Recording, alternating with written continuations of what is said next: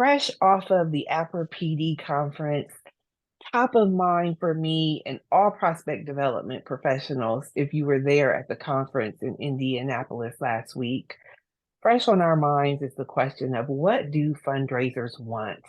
How do we better partner with them? How do we make them better fundraisers? How do we help them reach their multi-million dollar goals? I'm Regina Alhassan, CEO of ResearchPRO. Really excited to be here having a conversation with a longtime colleague, Tom Dauber, president of Abundant Vision. Tom, welcome to the ResearchPRO YouTube channel. And thank you for the opportunity to have this conversation. Tom, tell us a little bit more about yourself and your company. Well, sure. So I've spent about 24 years as a professional fundraiser. Actually started as a teenager in a volunteer role, but over those years, I've seen all sorts of people. I think I've conducted easily 4,000 donor visits, asked for hundreds and hundreds of major gifts, closed, hundreds more, and you know, during that time, you gain a lot of experience, a lot of knowledge.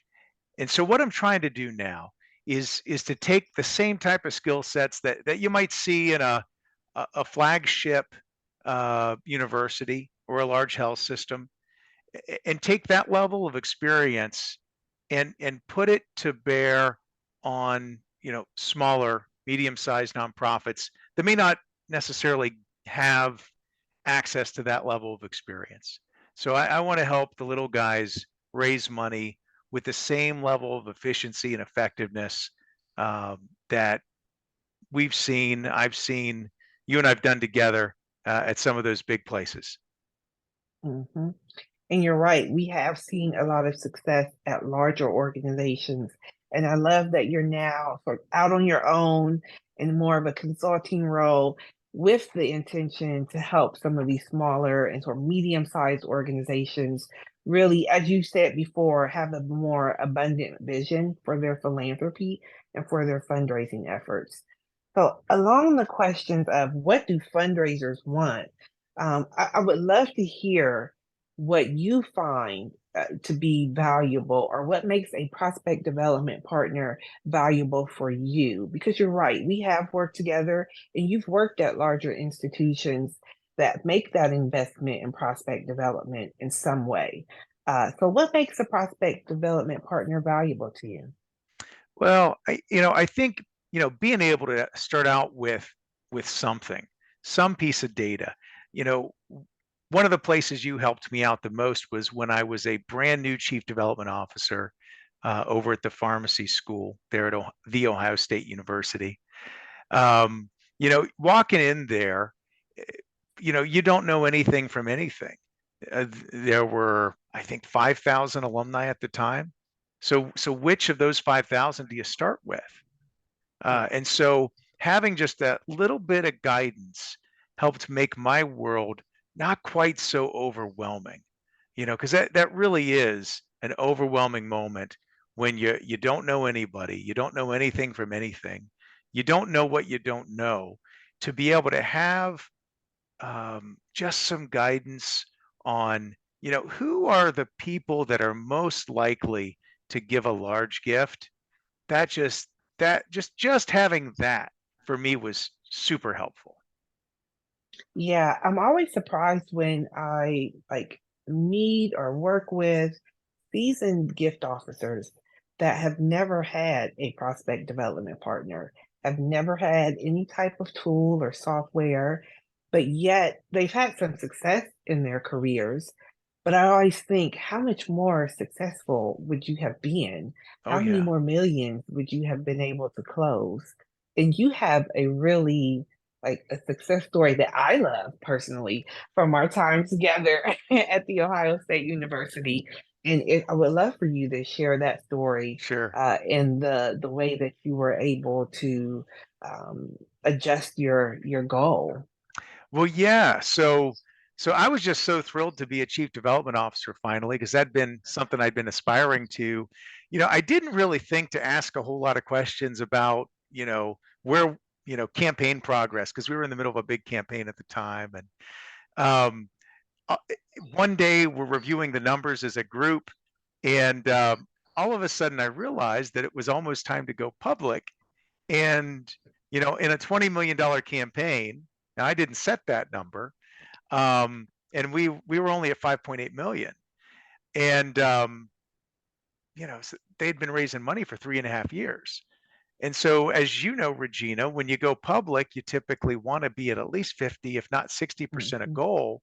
And so, um, our leadership came to me and said, "Well, Tom, since you haven't gone public yet, maybe we ought to change this goal to 10 million to reflect more really where you're at." And now, since getting there, I really had been doing my work benchmarking. And so, OSU's pharmacy school is a top 10 program nationally, really top five, many years. And so, we're looking at the other top programs, and they're all doing $20 million uh, campaigns. And it'd Mhm. be kind of embarrassing, to have Purdue or Michigan doing a $20 million campaign, and we're pulling up the rear with 10 million. And so I just didn't feel like that was an option for the prestige of the school, or for the prestige of our dean. I mean, that year our dean had been voted dean of the year, amongst colleges of pharmacy. And so we really wanted to do something that was worthy of our academic reputation. And so they came to me, and having done the benchmarking, I was resistant. But really, what gave me the firm foundation to say, no, we're going to stick with this number, was the data that you had given me, Regina. You had given me a great list of our alumni, and many of them, fortunately, were people that were um, fairly well engaged with the school. They'd been fairly well cultivated.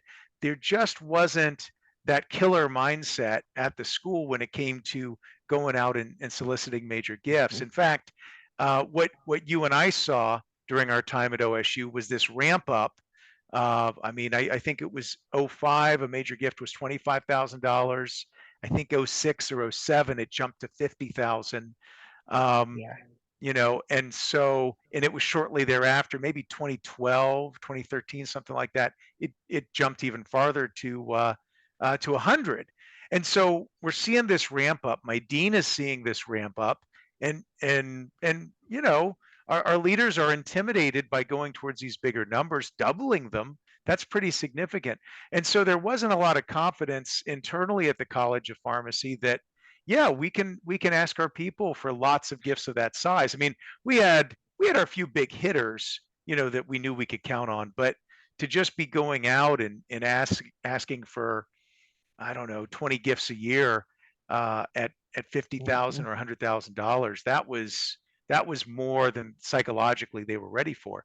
So being able to take that list to share with them and say, well, no, these are the wealth ratings, and we'll get to this later, but if you see $100,000 rating attributed to someone, you can at least think you're going to get 25,000 out of them, Yeah. if not 50. And we had people in the six figures plenty. So that helped me have the confidence to say to our leadership, no, we're staying at 20. We're going to do it. And then also go to our leaders and say, well, here's the reason I believe we can do this. Which of these people can you help me connect with? And what we did was we actually took that list. We really analyzed, well, who do we know well? Who's in a pledge currently that we can steward very well to set them up for a bigger ask down the road? And I came up with a 5-year plan of every ask I was going to make over the next 5 years, knowing that it was going to change. It's kind of a living, breathing document. It changes as you get more information. Some gifts you got to move back another year when you find out things aren't where you want them to be. But just to be able to have some type of roadmap to show our leadership, both at the college and at University Development, of, well, here's how we're going to get to that $20 million goal, was so helpful. And so we just executed on that. We did the things we needed to get in front of all those people, to really to cultivate them, because if I know I'm going to solicit you in 2 years, you best believe I'm going to be making sure you're getting personal invites to things, that Mhm. the dean's calling you to ask you for advice, all the different things you have to do. And so when we finally finished our campaign, we actually finished not just at goal, but 10% ahead of goal, and that was just delightful. I love that. I mean, who doesn't like to be ahead of goal? But there are a couple of things that you called out, and I'm glad that you did. And I just want to revisit just a bit around the mindset shift. And Yeah. so there's sort of that culture, that internal culture, and a lot of assumptions that we make about philanthropy and giving. And oftentimes it's not the fundraisers or the fundraising staff that affects that. It could be the other leadership, other team members. But definitely there is, I encounter that quite a bit. Finding or working with gift officers that many times just don't believe Hmm. they can actually achieve the results. They don't believe that they can actually engage with the prospect list. And then the other piece that was really important was that you created a 5-year plan. And so often leadership, fundraisers, etc., it's a I need this gift tomorrow. I need this gift next month. I'm having an event in 6 months and I need that gift before then. Or, they can't wait that typical 12 to 18-month cultivation cycle, let alone the vision for this is a 5-year investment of my time in relationship building. Hmm. And so I love that you have that vision and are really transparent about that. Well, I think the gift that we can get in 6 weeks is many times smaller than the gift we can get in 6 months or even 6 years in some cases. But sometimes you have things come early. I mean, we had one particular gift. Our most successful alumni at that school, you know, his mentor was retiring, and so it was just the perfect time to think about a really large gift to honor the retiring mentor. And so that gift, we actually moved it forward because, what's better than to ask from your dean to make a surprise gift honoring a retiring mentor. So that was a really fun one, and very meaningful, both for the donor and for the person that was honored by it. Um, but yeah, timing's just one of those things you got to hold loosely and really go with what's going to be best for the donor, really. Right. Yeah. So moving on, moving ahead, I guess, Hmm. kind of getting back on track here, because you talked about your success, your amazing success, and it was like a $20 million campaign and getting ahead of that, Yeah. um, and how the data really supported that. Hmm. So how do you get started without data? Well, there's a few things that most established nonprofits are going to have. Now, I am running across brand new nonprofits. They don't even have a constituent list. They don't have a mailing list. They don't have an email list. Um, those folks, it's a tougher uphill climb. But if you have a nonprofit that has some level of history, and you've got physical addresses for your people, you've got donor records, and that's a key thing too, because not everybody keeps great track of who gave what and when, but that's really critical. So I'm going to assume that for the average nonprofit that you probably have those things.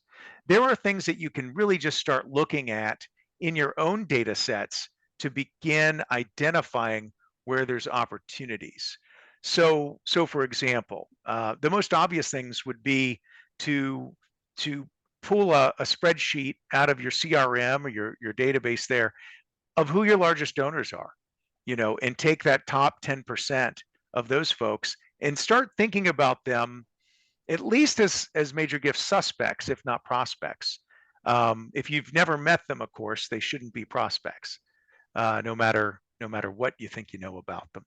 Um, after you get through that group, you're then going to be looking at maybe most frequent donors.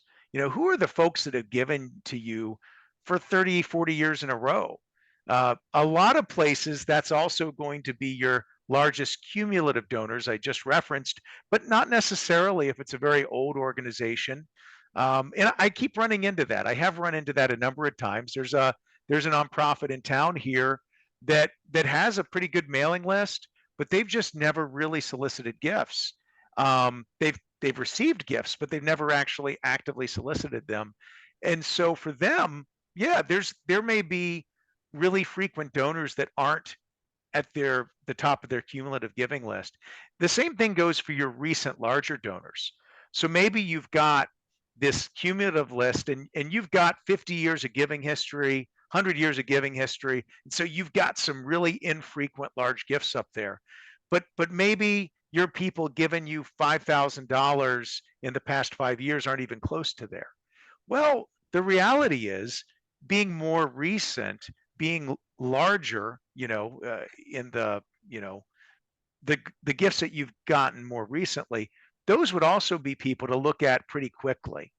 Another group of people that I would suggest looking at, and this one, it's your donors who are 70 years old or older, that have really long giving histories.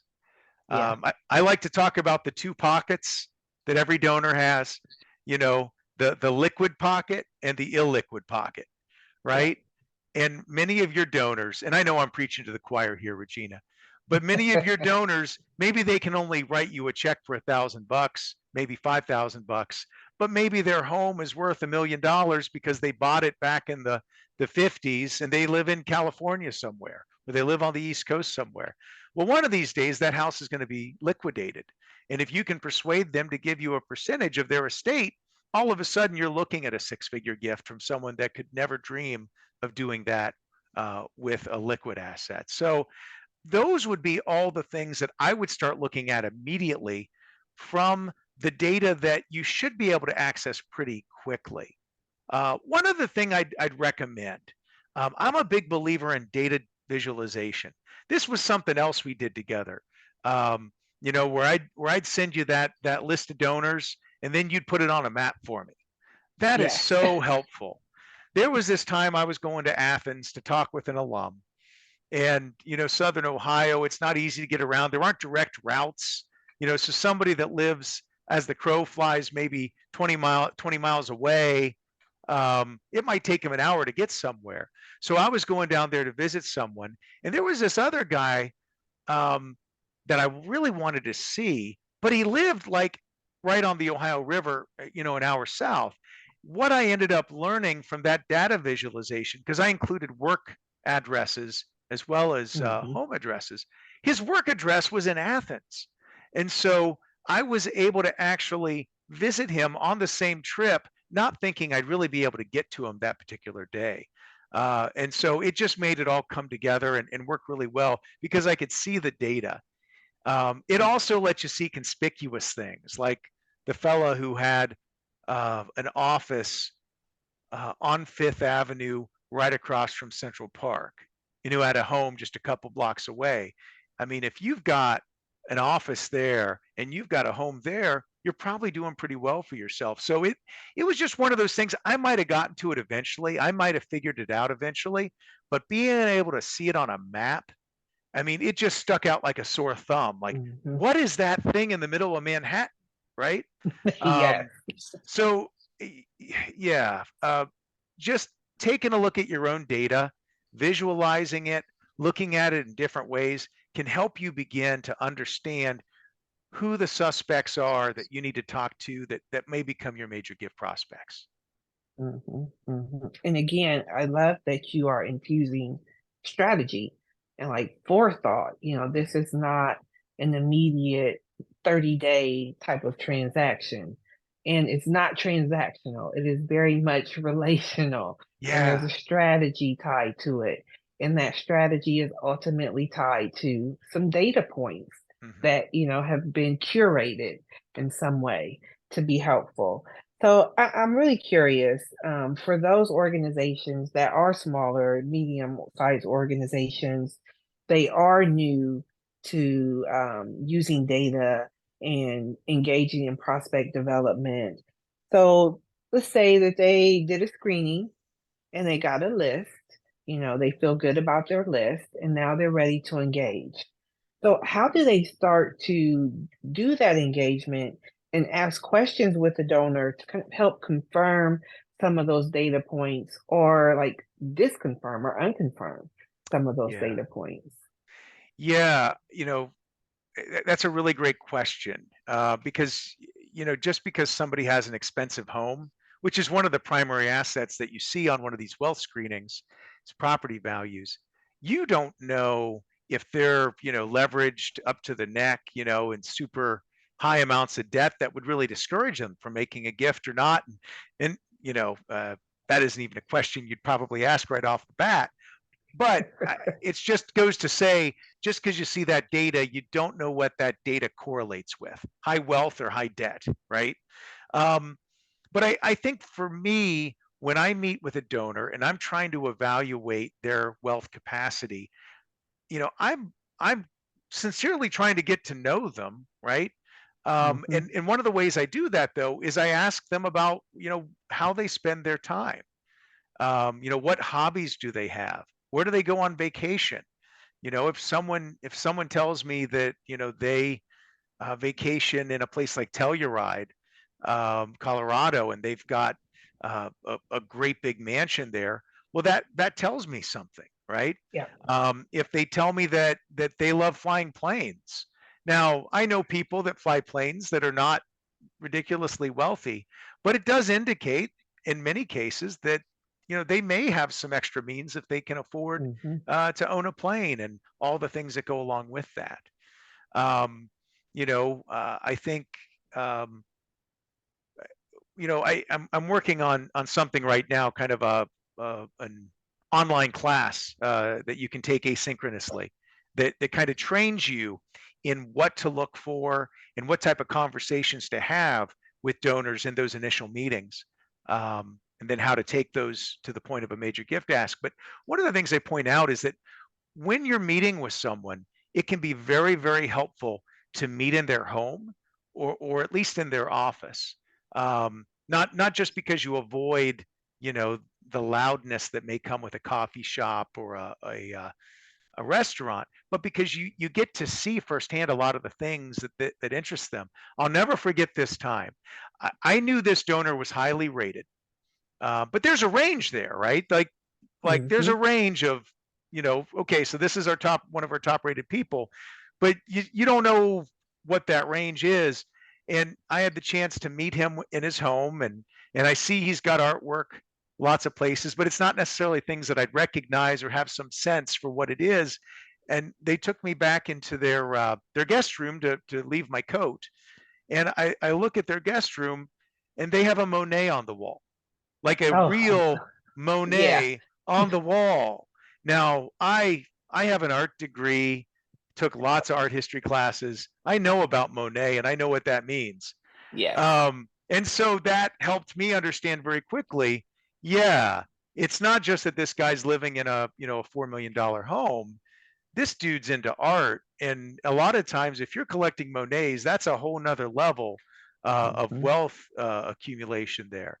So again, getting to spend time with the person, learning about the things that they're into is going to tell you a lot about the true nature of their ability to give to your organization. I'll tell you another thing.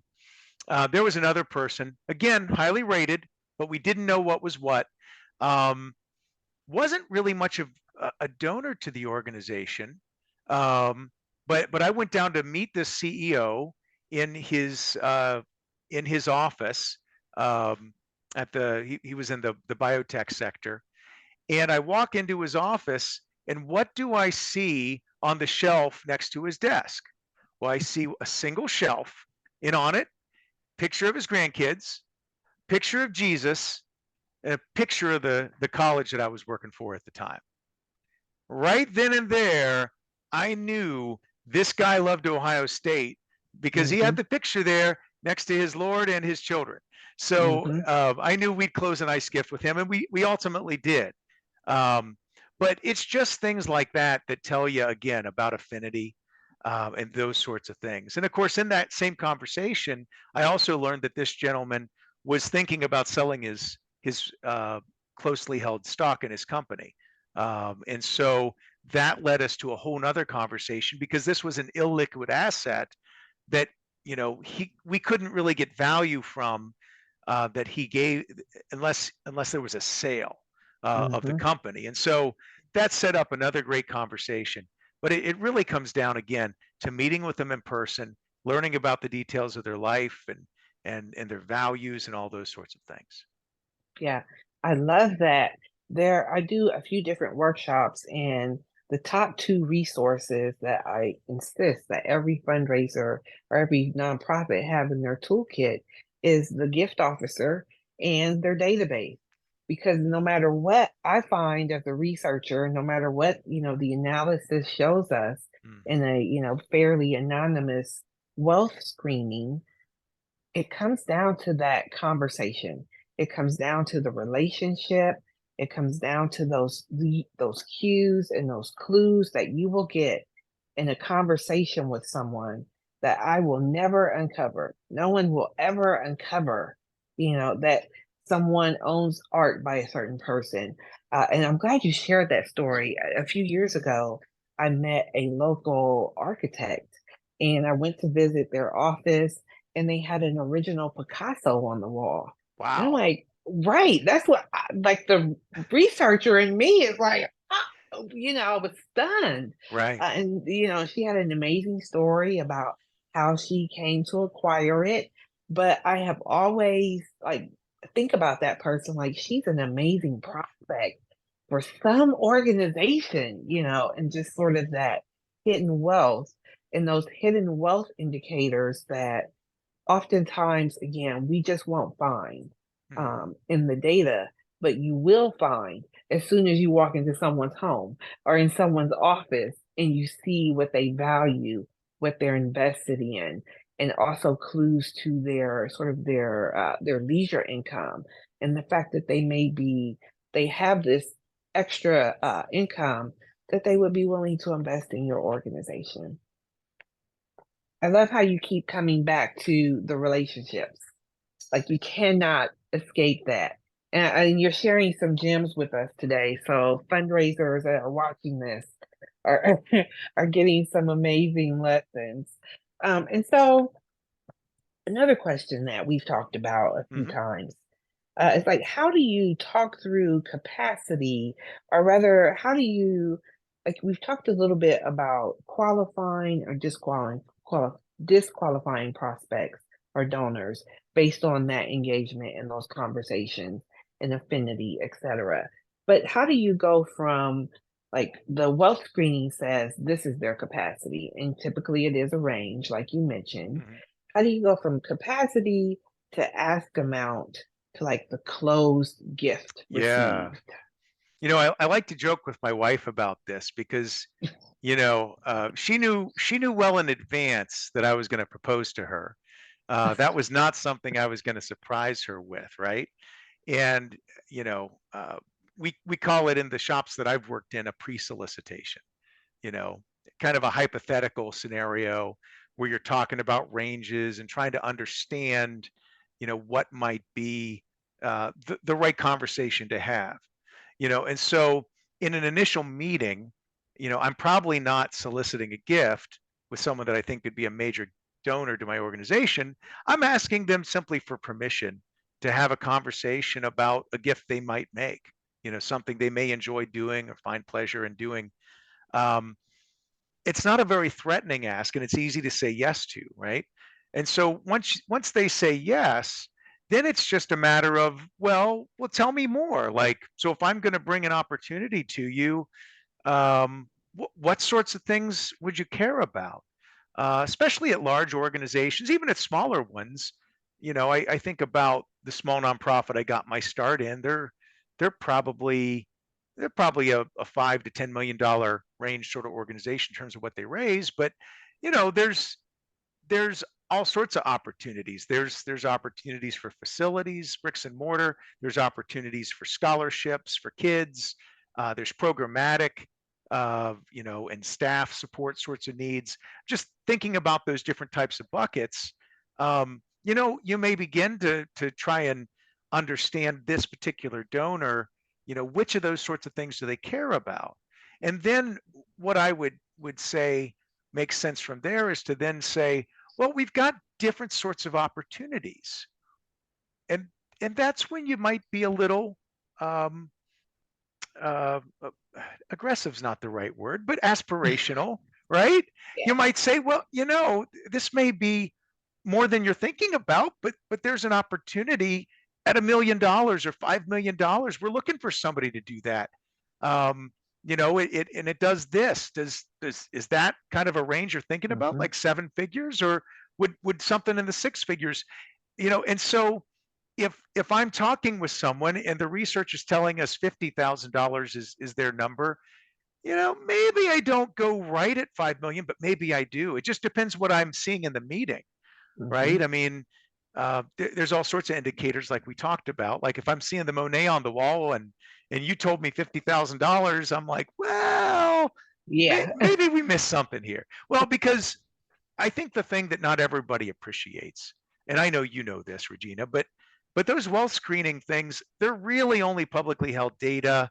Maybe I think I've heard, and you correct me because you know more about this than I do. Maybe you might be able to see like who's on the Lamborghini mailing list or those sorts of things, or it might pull from data to make those Hmm. suggestions. So that wouldn't be publicly held, but I'm just saying there's a lot of privately held sources that you're not going to be able to see Yeah. that could indicate all sorts of wealth. I mean, first thing I do when I start working with a new wealth screening uh, package is I actually put my own name in and see what it can find. Yeah. So I do some real estate investing on the side, so I have some assets there, and I always find it very interesting to see if they can see those assets or not, because those would tell you something about that. And then I kind of look at what the suggested rating is for me personally, and then I compare it to what I know Yeah. about my own giving, and I just have fun like that. So you were asking me though, how do I get from this list of names, this list of wealth screening, to a particular range? And so I'd say that, but there's one piece that comes before that appointment where you start talking about pre-solicitation questions, right? And that's who's going to do the things, right? So if I've got Hmm. this list of names, I've got to come up with a clear plan of who are the team members that are going to be responsible for getting in front of those people, right? And the first thing I might think about is what's the really low barrier to entry that I might provide to these people to begin engaging them. I can think of a situation where I was given a big list of names and none of the people were really engaged with the foundation that I was working for. And so the question is, these people have some affinity with the organization, but they've never been engaged before. How do I go and get those people? And so for me, the answer would be, well, we've really probably, since there's this many people, we've got to create some low barrier to entry sorts of engagement things. And I normally hate events. I will tell you that. If it's a fundraising event, I'm going to tell you to cancel it most likely. Um, but if it's an engagement event to begin to build affinity that didn't exist previously, there's some real value in that if it's attached to a major gift strategy. So Hmm. then I would begin to think about, well, here are these people that are potential VIPs. Maybe they're important in your community with high wealth ratings.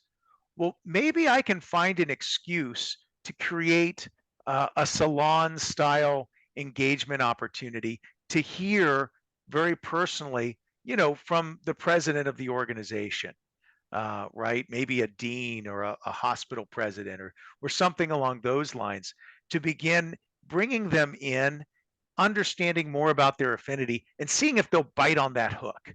And then Hmm. once you've got them in that way, then we can begin to see, well, would they take a follow-up meeting with a major gift officer, or at least maybe an organizational leader with a development Yeah. officer?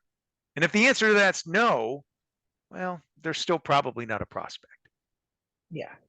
Or they may be like an annual fund prospect. It You could don't be. get rid of, yeah, you don't get rid of them completely, but then you just move on to the next person That's it. uh, Well, and for it's all that about timing. engagement. It's all Yeah, about timing, right? Because somebody who's not a major gift prospect today, if you cultivate them right down the road, they still may end up being that person for you. absolutely. Absolutely. That's a great segue for like my next question. And what do you say to those people that say that, well, I don't have time. I don't have time for a 5-year strategy. I don't have time for all of those visits. Who's going to visit? Who's going to do 4,000 visits? I don't have time for that. We are a lean team. We're lean, we're mean. We need the gifts right now. Yeah, what do you say to those fundraisers? I would say you can't afford to not do that, right? I mean, because if you're just running out doing very transactional asks, and you're not investing time into building relationships with your constituents, you are probably getting the smallest gifts possible from them. Hmm. And what you wouldn't want to do is to be in a position where the organization that you've bled over, you've sweated over it, you've worked so hard to build this thing and call it forth into life, right? Yes. And then it's not here in 5 years because you didn't have enough money to make it sustainable. I advise nonprofit leaders. I'm thinking like executive directors, presidents, that sort of thing. I advise them that they should really be thinking about 50%, 40% of their time needs to be focused on fundraising in one way or the other. And I know a lot of organizations, you may not have a development officer, right? So you may be the only person who can take responsibility for major gift solicitations. But that's what you need to do. You need to make that time, and you need to be thinking long term. Because if I'm not if I'm not thinking long term and strategically about my donor base, I'm just leaving a lot to chance. Hmm. Um, I like to, one of the things that I talk to people about is just the yield rate on major gifts. I mean, it's fantastic. I mean, if I told you, that you could go out and close 50% of the money that you asked for and get yeses 50% of the time of the asks you can make. I mean, and you're soliciting huge gifts, Hmm. $25,000, $50,000, $1 million sorts of gifts. Why would you say no to that? You can have because there are lots of organizations that do events, and God bless them. But truthfully, if you think about the 50 hours that Yes. just one person will put into making this event successful, and you take that 50 hours and you divide that between, I don't know, 10 people over the course of the year, and you're having 5 1-hour conversations with each of those 10 people, you can walk away with so much more money so much more quickly.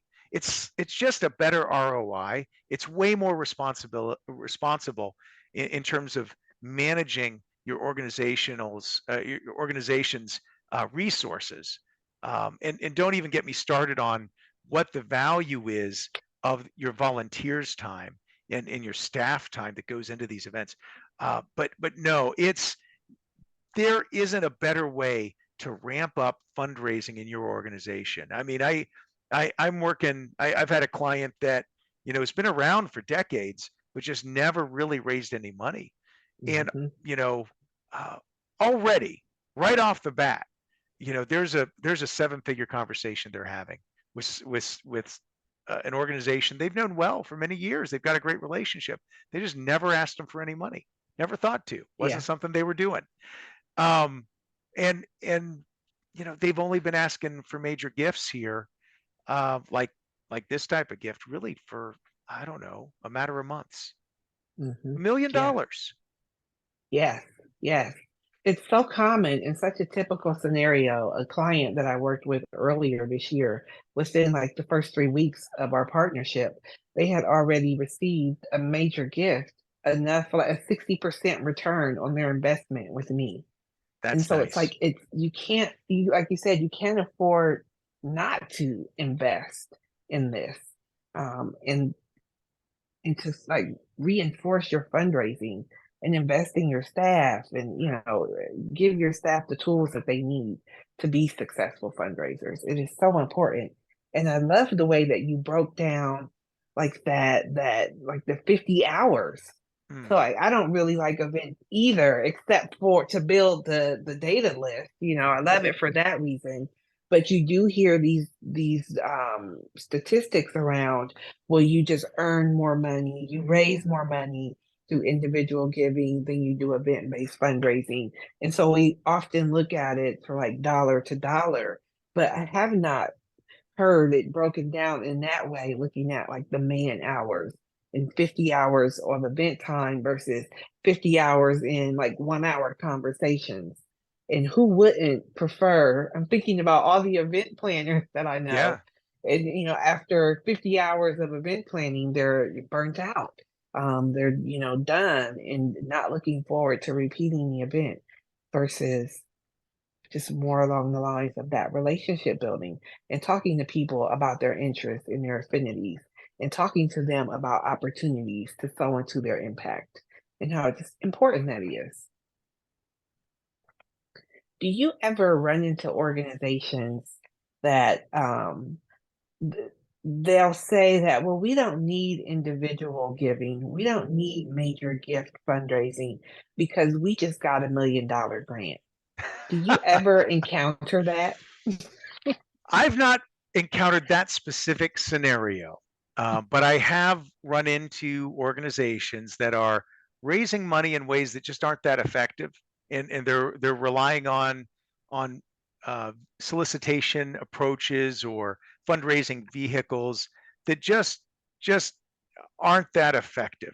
And so I normally try to just walk them through those types of numbers. For like in grants, for example.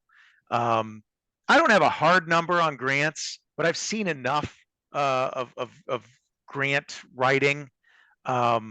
Seems to me like maybe you're looking at 10% of every grant you write, you might close. I mean, there's a Mhm, lot of competition. It's really hard. Now, I've known some excellent grant writers that have knocked the ball out of the park and had a year where they hit like 80, 90%. But mhm, that's pretty unheard of, I think, in grant writing. Um, so I just begin to compare those numbers to what I know. Like, I pretty much have a spreadsheet somewhere that shows every ask I've made since 2005. And even phone calls to set up those meetings, and I can see it, and I can see what I asked, and I can see where that ended. So I've got a pretty good feel based on my experience and those of my colleagues. What major gift numbers are like there, and the yield is just so much better. mhm, um, I think back to when I was first in fundraising, and I was working at an organization where, we were really more asking for monthly pledges. 100 bucks was like the top of what I could conceptualize, asking somebody a month. And I also did um, a big fundraising event once a year with silent auction, all that stuff. And best year we ever had was $10,000. We worked so hard. We were going to all these retailers, asking them for gift cards and other things mhm. that we could auction off. And we worked so hard. And all we got was 10,000 bucks for it. But to me, that felt like a lot of money at the time, right? And in retrospect, I think back. I mean, between myself and my steering committee and just all the people were involved with that. Holy cow, that was at least 100 hours, maybe 200 hours of time. Mhm. Heck, we could have all gotten jobs at Domino's Pizza, delivering pizzas, just taking the money we earned and donated that, and we probably would have gotten a similar amount of money. But it had we all gone out and strategically been soliciting major gifts, man, we could have gotten way more than $10,000. We could have gotten $10,000 from one person in a one Yeah, hour conversation over coffee, right? That's yes, that's the thing. And so that's the normal approach I take to talking with organizations whose vision isn't abundant in terms of how yes, they're raising money. yes, absolutely. I love that practical approach. And that is a great segue and a great kind of note to end on, like that inspiration to have a more abundant vision, because oftentimes that's what it is. And I would love, if you close us out on with any additional inspiration that you want to share, any additional thoughts that you want to share about that mindset. Yeah. So the number one thing I tell people, leaders of nonprofits when I'm meeting with them, and I named my company Abundant Vision Philanthropic Consulting because of this advice that I always give. And that advice is there's no lack of money in the world. There's only a lack of vision. Um, y- when we're going out there and raising money for world-changing things, it's easy to find donors because an abundant vision is inspiring.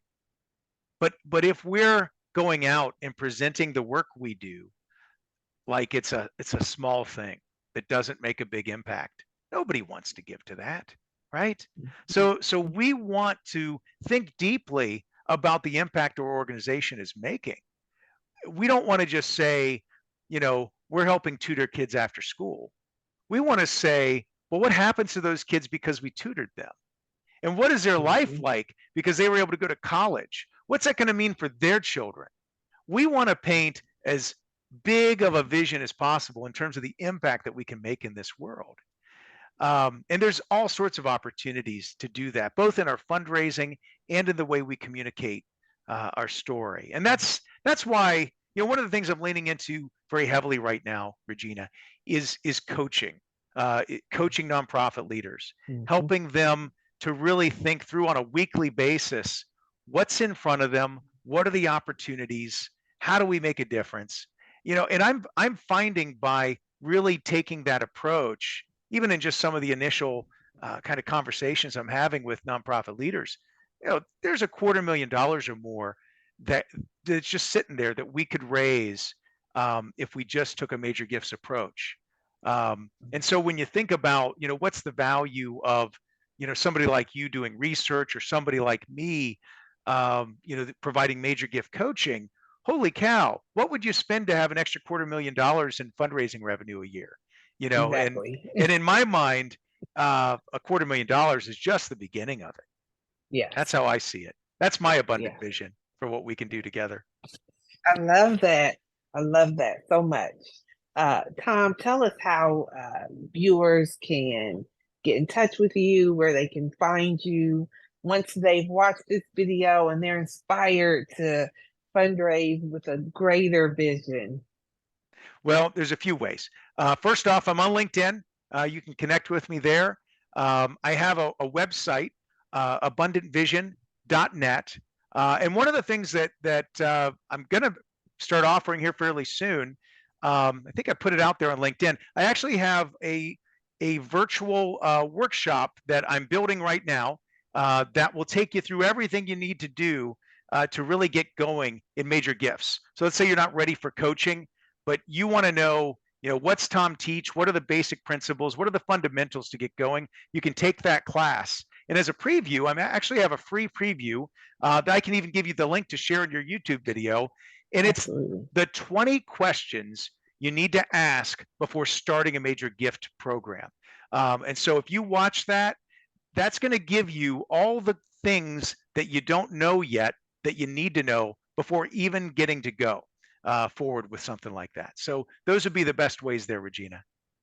And hopefully prospect development is on that list somewhere. So Absolutely. Absolutely. I love it. I love it. Well, Tom, thanks so much for having this conversation. Thank you for your time and your insights. I'm going to watch this again and take some notes. Fundraisers, definitely dropping some gems today. So I appreciate you very much, Tom. Thanks so much. Hey, thank you, Regina.